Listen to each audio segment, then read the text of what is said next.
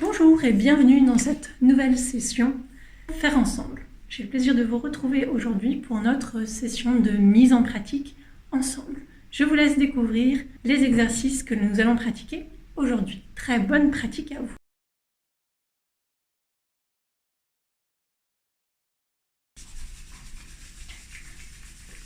Bonjour à vous. Bonjour. Donc aujourd'hui, est-ce qu'il y a quelque chose en particulier que vous voulez travailler? Un peu le coup. Vous parlez du sommeil, est-ce qu'il y a d'autres choses qui en ce moment vous gênent? Moi j'ai pas mal de maux de tête, mais bon après. Qui Les yeux qui pleurent? pique un peu. Oui, le vent a clairement un impact. Sèche. Alors en fait, ce qu'on dit, c'est que le vent externe vient réveiller le vent qu'on a à l'intérieur. Et alors pourquoi on aurait du vent à l'intérieur?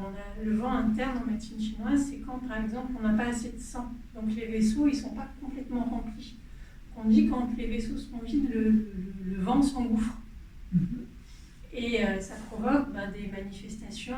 Ça veut dire que les yeux, par exemple, qui sont nourris par le sang du foie, ils vont être moins bien nourris puisqu'il y a moins de sang dans les tuyaux. Donc il y a moins de nutrition pour les yeux en fait. Donc cette période de février, mars et avril, c'est une période où le vent et l'énergie du foie. On n'a pas de vent comme ça en hiver. C'est le printemps qu'on a vraiment Cette poussée. cette énergie et cette manifestation-là. Donc cette manifestation du vent à l'extérieur, elle vient réveiller le vent à l'intérieur. Et donc le foie a moins de réserve de sang pour nourrir les yeux. Donc on a les yeux qui peuvent piquer, les yeux rugueux comme si on avait un grain de sable. On peut avoir les yeux qui coulent, aggravés au vent ou même sans qu'il y ait de vent. On peut même avoir des formations de croûte ou de résidus en fait. Tout ça c'est en lien avec l'énergie du foie. Et donc tous les mouvements qui vont permettre de faire circuler le foie vont être bénéfiques par rapport à ça. Et il y a toujours les 5 piliers. Il y a les émotions, il y a l'alimentation, il y a les points d'acupuncture, les boissons qui vont... Puis il y a les mouvements, mouvements de Qigong, mouvements, les 5 piliers de la médecine chinoise qui vont nous permettre d'agir sur le foie. Et donc sur ces 3 mois qu'on a... Donc par rapport à l'alimentation, plutôt du drainant, c'est ça Alors du drainant, mais ça dépend. Février, mars et avril, on ne va pas avoir les mêmes besoins. Du drainant, mais aussi il faut nourrir le foie. Parce qu'on sort de l'hiver, où finalement on a consommé nos réserves, et là l'énergie elle repart, et le corps sollicite beaucoup plus les réserves, par exemple en sang. Et quand on a ces manifestations-là, c'est qu'on n'a pas assez de réserves en sang. Donc drainer peut-être à certains moments, mais si on draine, il y a plus rien après pour regarder pour soi. C'est ça. Il y a aussi une phase de reconstruction et de remettre de l'énergie, du sang. En fait. Donc ça peut être en mangeant on dit pour nourrir le foie, il faut manger du foie. Donc du foie, s'il fait froid, il faut manger plutôt du foie d'agneau, qui est la viande la plus réchauffante. Par exemple. On m'a dit du boudin noir. Alors du boudin pas cuit, si possible. Pas cuit. Oui, alors déjà frais. Les aliments pas congelés, D'accord, plutôt frais. De toute façon, l'été, l'hiver, toutes les saisons que vous voulez, c'est plutôt pas congelé. Le sang du boudin noir va reconstituer nos réserves et nourrir le sang. C'est ça. Le boudin noir, il va nourrir le sang. Et le sang est stocké au foie. Donc c'est intéressant en fait. Et les mains froides tout le temps là? Les mains froides, c'est parce que moi j'ai les mains froides quand j'ai pas mangé. Quand je travaille et que j'ai pas encore mangé. On baisse de l'énergie aussi. Il y a baisse de carburant. Oui, c'est ça. Il y a moins de carburant. Ou alors il n'y a pas assez d'énergie pour pousser le sang au bout. Ça c'est plutôt les syndromes de Raynaud. Oui. Les gens qui ont... Moi maintenant, c'est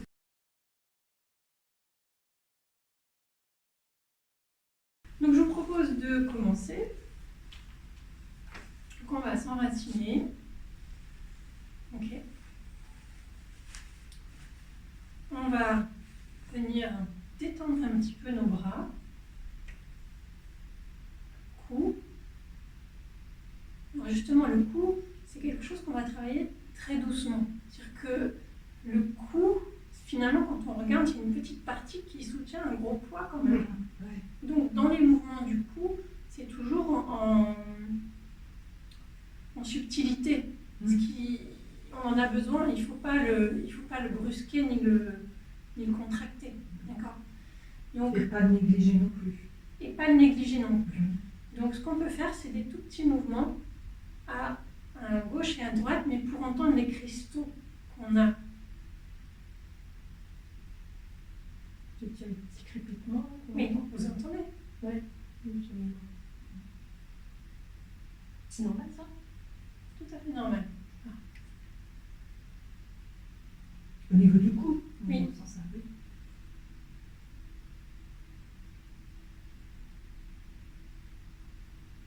L'idée, c'est d'avoir les épaules bien relâchées.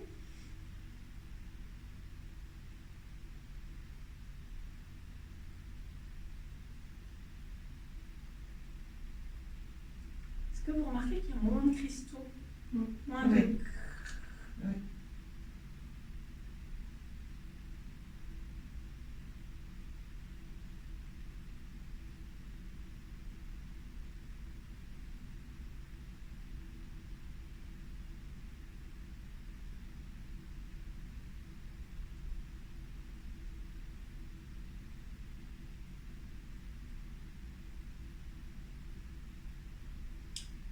On va pouvoir le faire devant. Tout doucement. On ne va pas trop loin en fait. On va gagner progressivement au fur et à mesure de l'exercice.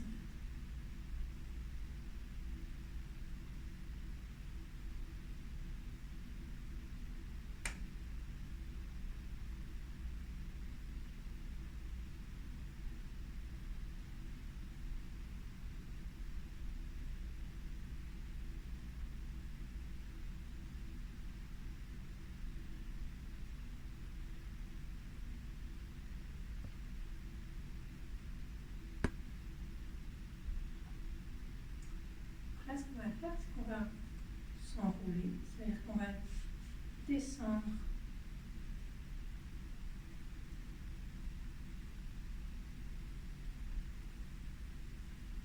comme on peut. Et là, on va dessiner un 8 avec les bras et avec le bassin. C'est-à-dire que votre poids, il se déporte à gauche. Vos mains dessinent un 8 au sol. Tout le poids du corps se répartit à droite. Vous repassez sur la jambe gauche et vous dessinez un 8 au sol avec les mains. Vous veillez à fléchir les genoux pour ne pas vous faire mal au niveau du dos.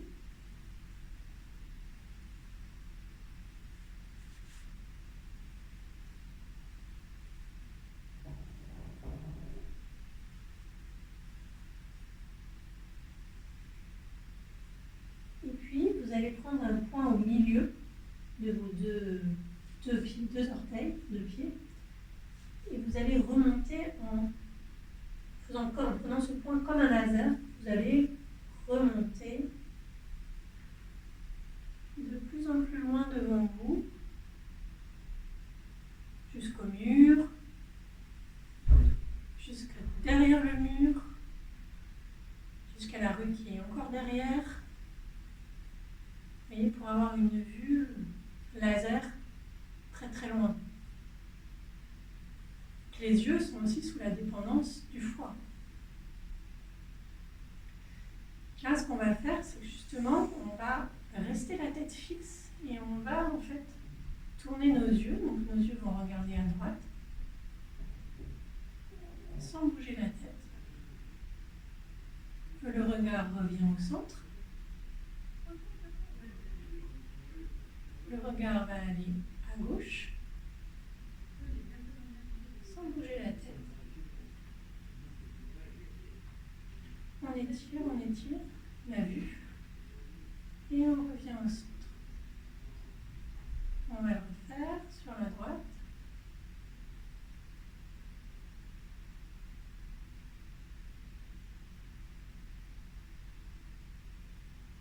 Et on revient au centre. Sur la gauche.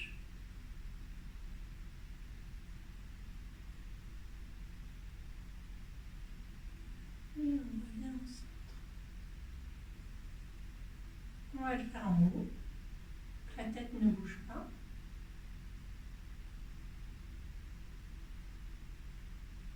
On revient au centre. Et en bas. Vous allez sentir que ça tire un petit peu au niveau du globe oculaire, au niveau des yeux. Et on refait en haut.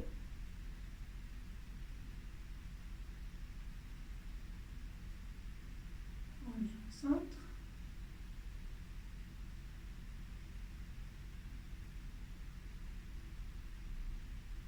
Ok, on relâche. Ce qu'on va faire maintenant, on a travaillé le cou devant, derrière, gauche, à droite. On va travailler le cou par le devant. D'accord ? C'est-à-dire qu'on va étirer la peau.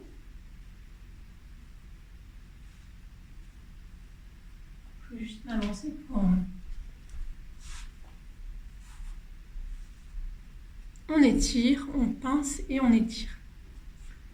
C'est intéressant parce que ça a un effet sur nos cervicales à l'arrière. D'accord. Mon fils s'est fait un coup du lapin, petit accident de voiture, cervicale inversée. On travaille ici en fait. Pas accéder à la zone parce que c'est trop fragile. Donc on travaille ici. Et donc il tire, il travaille à étirer. Ici devant, parce que derrière c'est trop sensible. Alors c'est un massage anti-âge à la peau. Vous pouvez mettre votre huile ou votre crème et vous venez vous étirer comme ça. Puis après, en effet, voilà, vous venez lisser. Et ce mouvement-là, il a une autre action qui est plus massage. Pour avoir une action sur les cervicales, c'est vraiment étirer la peau. D'accord. En fait, on va du haut en bas, une fois qu'on est en bas, on repart. Hop. Ça va venir. Vous voyez, quand on fait ça, tire la peau finalement. Ça étire ici derrière. Ça pince, quoi. Oui, ça pince. Et ça permet aussi d'assouplir la peau ici. Travailler au niveau de la thyroïde. L'habitude, hein. Oui. C'est quelque chose qu'on peut faire facilement. Un feu. Exactement. Moi, je le fais au feu en disant bon, allez, c'est rouge. Une fois que c'est fini, c'est bon. Voilà, donc au niveau du cou, vous pouvez. Voilà. Et on a un point qui permet d'ouvrir le cou, qui est un point qui est situé ici. C'est-à-dire que vous pliez la main, et là, il y a un creux. En fait. Donc, je vais le mettre pour la vidéo. Donc, Il est sensible d'ailleurs. le point se trouve ici. Oui, là. Alors, c'est un point qui peut être sensible. Ce point-là, il ouvre toute la colonne vertébrale, en fait. D'accord. En passant par, bien évidemment, la zone qui nous intéresse, qui est au niveau cervical. D'accord. Il faut masser. Donc, c'est un point que vous pouvez masser, qui est intéressant en cas de torticolis. Vous pouvez venir le masser en cas de torticolis. Et aussi intéressant en cas de chute sur le coccyx, puisque de toute façon, il va... Toute la colonne, quoi. Il prend toute la colonne vertébrale. Donc vous pouvez le masser, ici ou de l'autre côté, ou vous pouvez le stimuler un peu version karaté. Donc là, dans ce mouvement-là, on vient stimuler ici. Puis après, vous pouvez...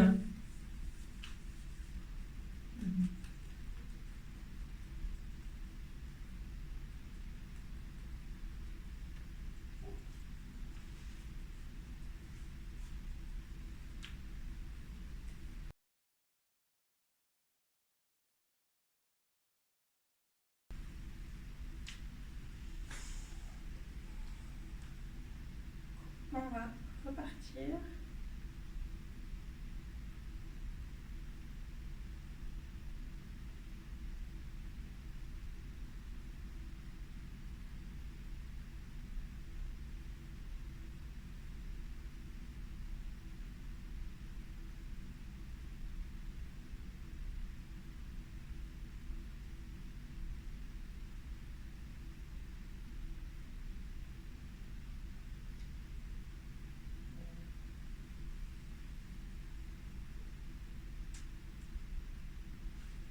Et là, on va veiller à avoir les jambes, les genoux fléchis, d'accord? Et on va mettre la tête. Dans un premier temps, on regarde comme ça. Et ensuite, on va faire une rotation. La tête légèrement en arrière, comme on peut, sans forcer. Ce qui va être essentiel, c'est vraiment de fléchir. Sinon, vous allez sentir ici, au niveau du dos, ça va être très, très étiré. Donc on fléchit on a les deux jambes parallèles, on fléchit les genoux et on a la tête qui est légèrement en arrière. Vous devez sentir que ça vient travailler au niveau charnière lombo-sacré, au niveau du cou.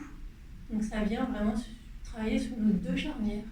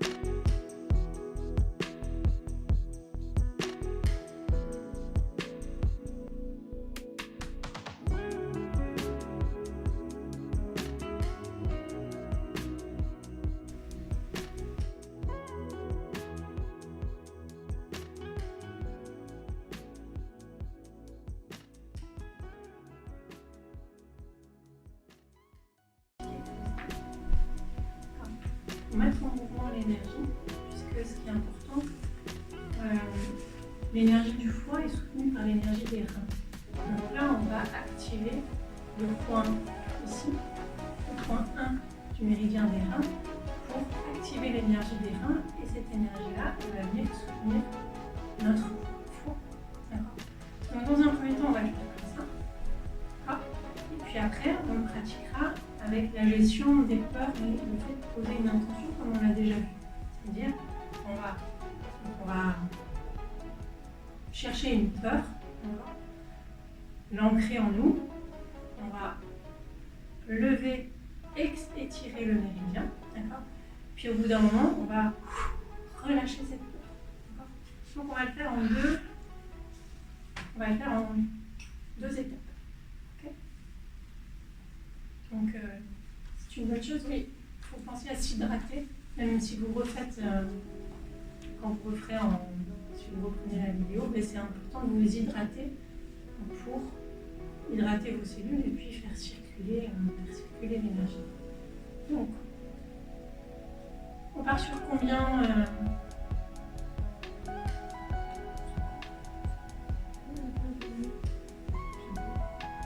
Oui, on peut faire 50. Ouais, c'est parti. Donc en fait, on démarre tout doucement et à la fin, quand on ralentit tout doucement, on ne s'arrête pas à net. Donc on peut le faire par série, donc là on fait 50, mais on peut le faire 60, 70, 80, 90. Et on peut augmenter progressivement tous les jours. Il n'y a pas de multiple de peur. Si on peut 60.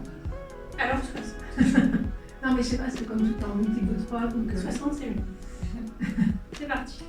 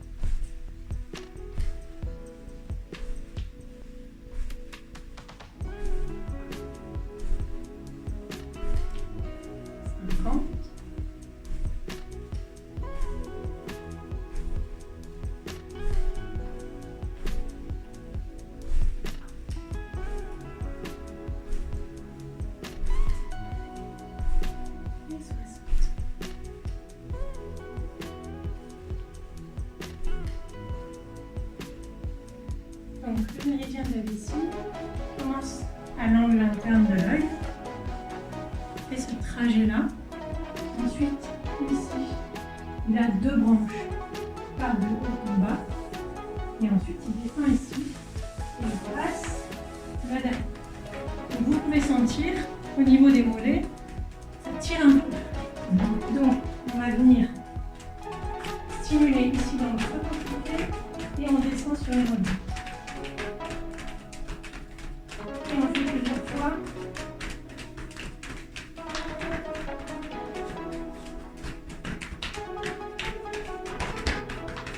Et là, on va pouvoir marcher un petit peu pour détendre un petit peu. Comment vous vous sentez? Je le fais, moi. moi j'avais déjà chaud avant. Ok. Donc l'exercice qu'on va faire maintenant, c'est l'exercice où on pose une intention. Donc le méridien des reins. Alors là, en l'occurrence, c'est le méridien de la vessie qui est derrière. Celui que je vous ai montré, là, c'est le méridien de la vessie. Reins vessie sont en relation avec l'élément de l'eau. Cet élément de l'eau va nourrir le bois. On comprend bien dans la nature, l'eau nourrit le bois. Cet élément de l'eau, il est en relation avec tout ce qui est peur. L'eau, c'est plutôt l'eau, le noir, l'eau stagnante, voilà. Donc ça renvoie à des peurs. Donc l'idée de cette deuxième partie, c'est de prendre l'intention d'une peur, d'accord ? On va venir ouvrir le méridien, d'accord ? On va lever les bras. Une fois qu'on aura bien identifié cette peur, on va tout relâcher. On relâche cette peur dans la terre, d'accord ? Et on redescend sur les talons. Les talons sont en relation, voilà, avec l'énergie réinvestie. Ok ? Donc on va le faire 9 fois. On repart les 2 pieds parallèles. On fléchit les genoux. On vérifie qu'on a un petit creux ici.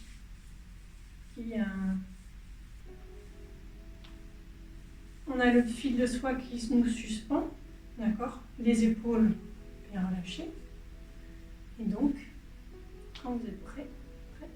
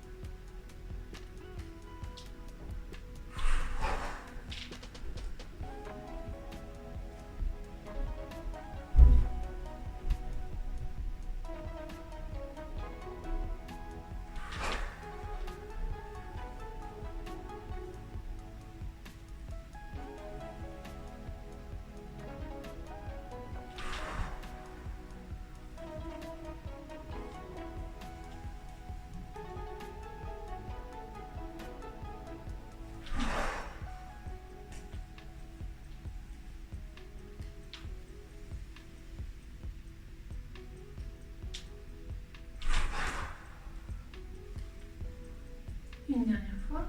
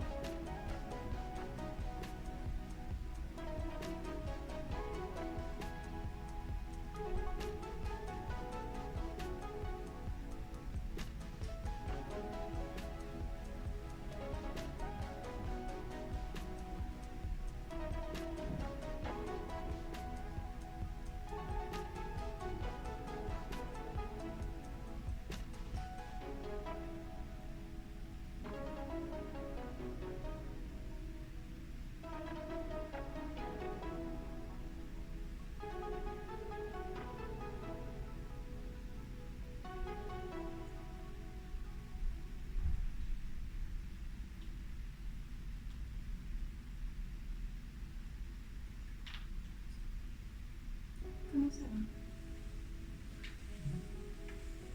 Je discutais ce matin avec un jeune entrepreneur, 23 ans, super état d'esprit, qui dit mais enfin, en fait dans la vie ce qui nous limite c'est juste une peur quoi. Et à quel point c'était tellement vrai ce qu'il disait, que cet exercice en fait Enfin, ces deux variantes, elles nous permettent vraiment de travailler ça, en fait. Là, c'est vraiment le fait de s'enlever de tout ça, en fait. Se dire, on a peur de quoi? Je sais pas, peur de l'autorité, peur de être réprimandé, peur de... Comme quand on était à l'école, quoi. Enfin, parmi... Mais au final... Peur de l'échec, peur du moment, peur de... Peur de quoi? Peur de quoi d'autre? Peur d'être malade, peur de mal vieillir, par exemple.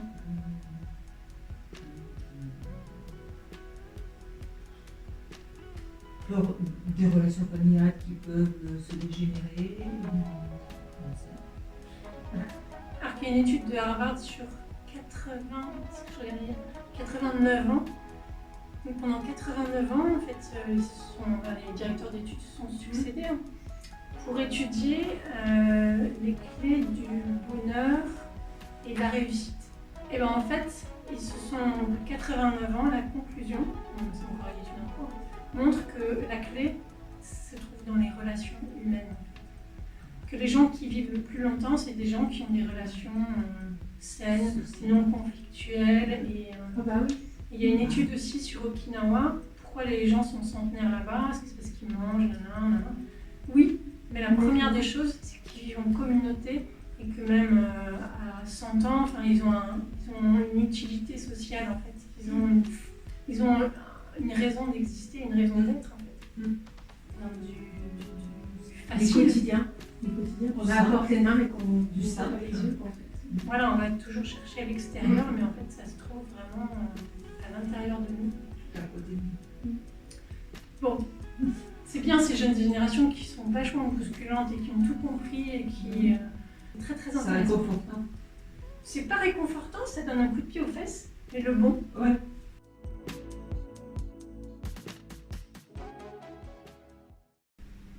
Je vous propose de clôturer avec notre exercice de l'arbre pour pleinement embrasser notre nature, faire avoir ce mouvement de revenir à nous. Et puis comme si on faisait un hug à un arbre, pas trop.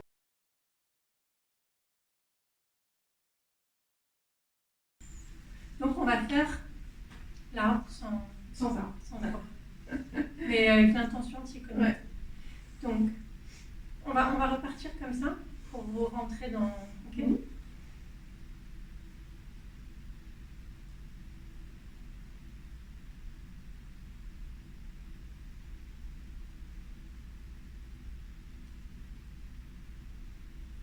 Ce que je vais vous inviter à faire, c'est de fermer les yeux et de visualiser votre arbre en vrai.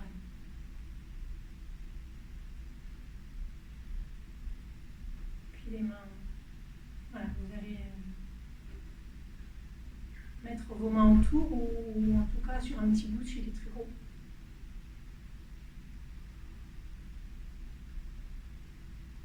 Et vous allez vous connecter en fait. Vos pieds vont se transformer en racines qui vont aller en profondeur dans le sol. Et vos racines vont se connecter aux racines de votre arbre.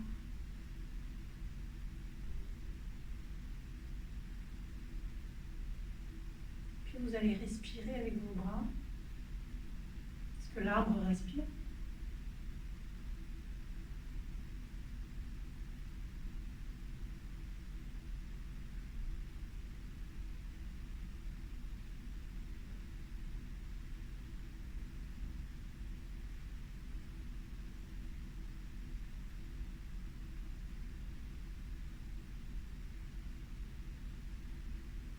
Vous allez porter votre attention sur les odeurs, les bruits qui vous entourent.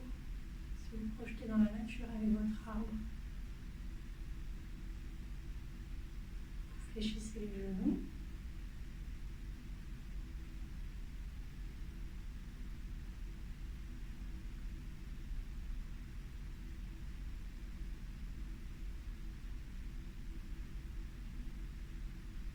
Vous allez vous connecter à la sagesse de cet arbre.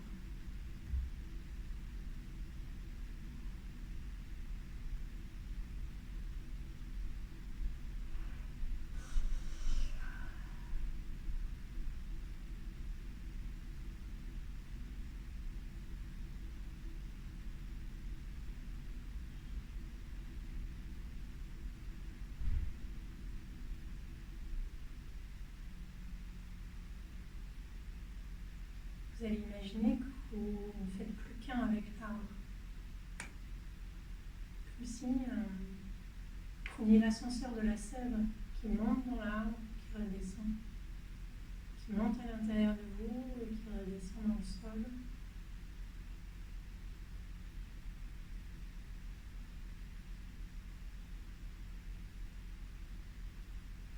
Vous sentez vos racines s'entremêler avec les racines de votre arbre.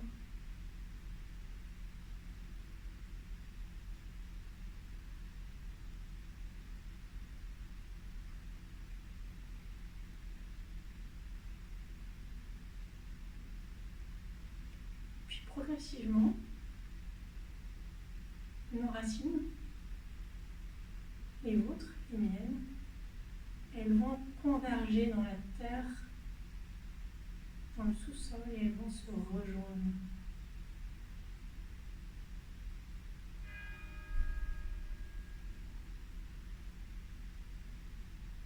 Elles vont se relier, elles vont s'entremêler. Et nos arbres respectifs ne vont plus faire qu'un seul arbre, qu'une seule forêt. Puis nos bras vont inspirer et expirer. Inspirer et expirer.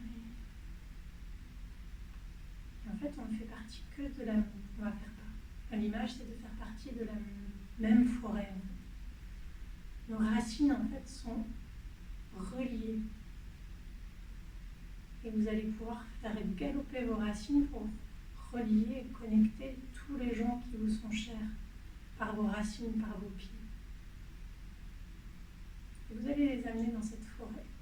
Ils vont être reliés à cette forêt pour venir agrandir cette forêt.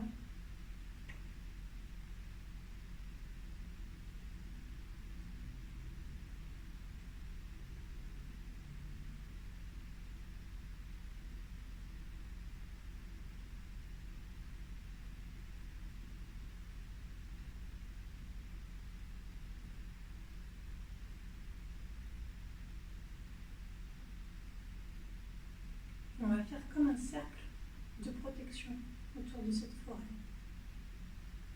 Toutes les racines auxquelles vous avez connecté avec les gens autour de vous, on va les mettre dans ce cercle de protection.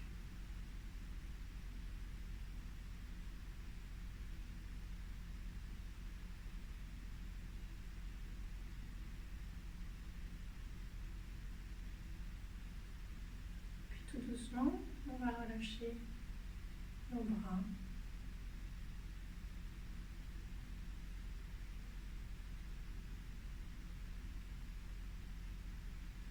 Puis on va clôturer.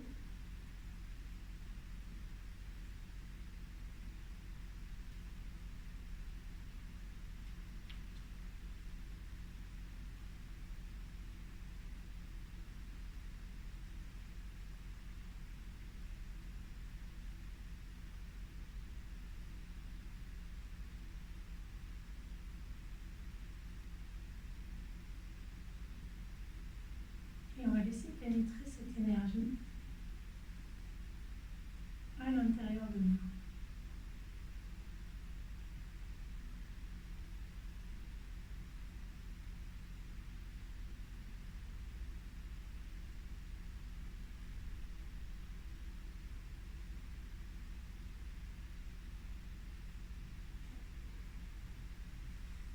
Donc, on peut relâcher.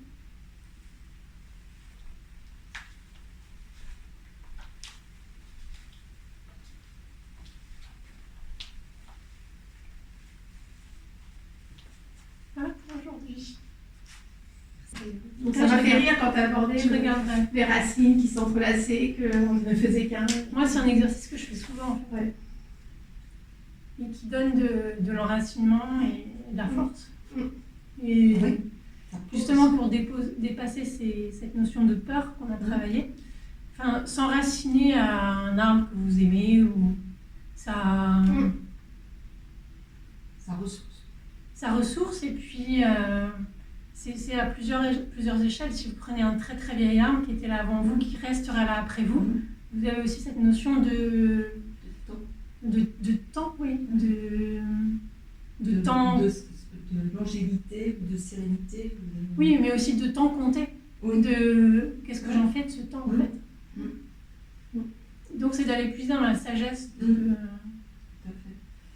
de cet arbre pour dire, ben, ok, à dimension d'humain, finalement on n'est pas grand chose, mais quel petit pas on va faire pour changer en fait.